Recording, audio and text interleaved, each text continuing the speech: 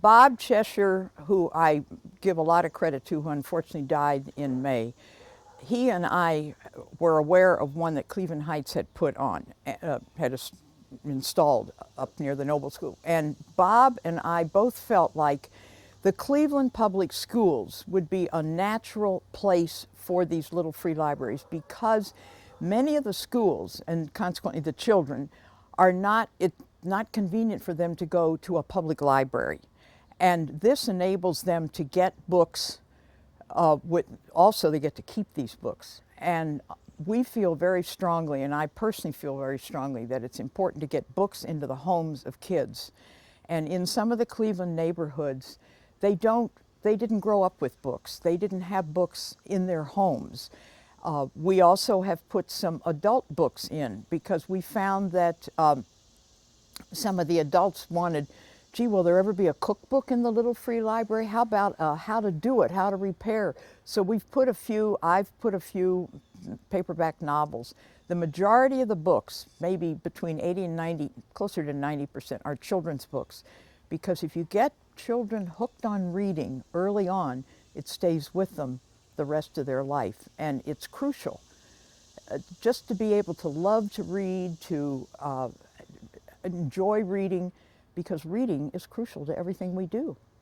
To see the kids that come in and are so excited about having a book, reading a book. Where I volunteer at Miles Park Elementary School, we also participate in the Reading is Fundamental, the book distribution, 4 times a year, where the kids get to pick out a book of their very own on their reading level that they get to keep.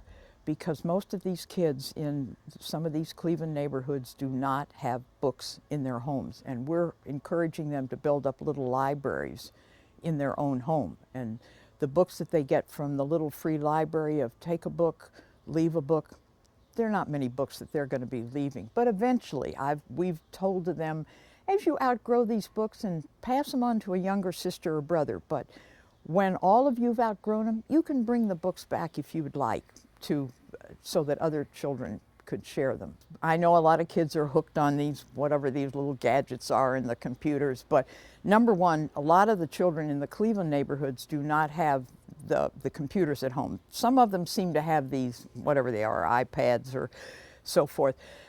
But the joy of holding a book in their hand and being able to look at the pictures at their own rate and go back and reread it and look at it again, kids really do get excited about this. I have seen it personally in libraries when I was working in public libraries, and because I have been retired for over 9 years, my more recent experience has been in the schools of the kids that get a book in their hand and can look at it and read it and see the pictures. They're so excited. Then when they move on to be able to read chapter books, they get so excited. I want a chapter book.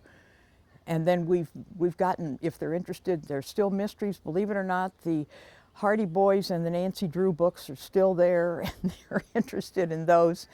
The kids can get hooked on different series of books, and they really have learned that there is value in having a book in your hand. We're teaching them the love of books. We're teaching them to want to get more and more books and explore books as their reading level rises.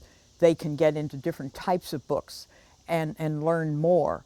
It's planting that seed, but it absolutely goes along with give a man a fish, that feed him for a day, teach him to fish, and he's fed for the rest of his life. The same way with teaching the kids how to read, and that's the reason I tutor at Miles Park Elementary School, and I believe in this so strongly, and that's another thing I'm trying to do, is work on getting more people involved in helping these youngsters to improve their reading, because then as they improve their reading, they can learn to read, they can love to read, and with reading and having books around them, not recreationally, but also to help them number one, get a better education, and then number two, to get a better job. And the higher the literacy rate in this neighborhood, in this community, in this country, it's much better. I mean, it's crucial. We've got to raise the literacy rates.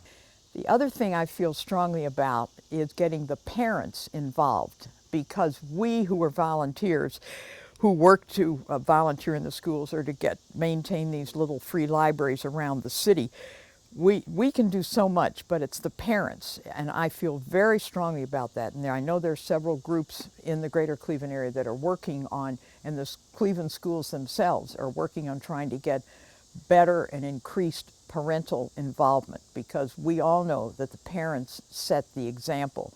And if the parents explain to the kids how important it is for them to continue their homework, to continue studying, to behave, to get to school on time, to get to school every day, that this will raise their quality of life. It's all about a quality of life. If we can read, literacy is crucial to our quality of life.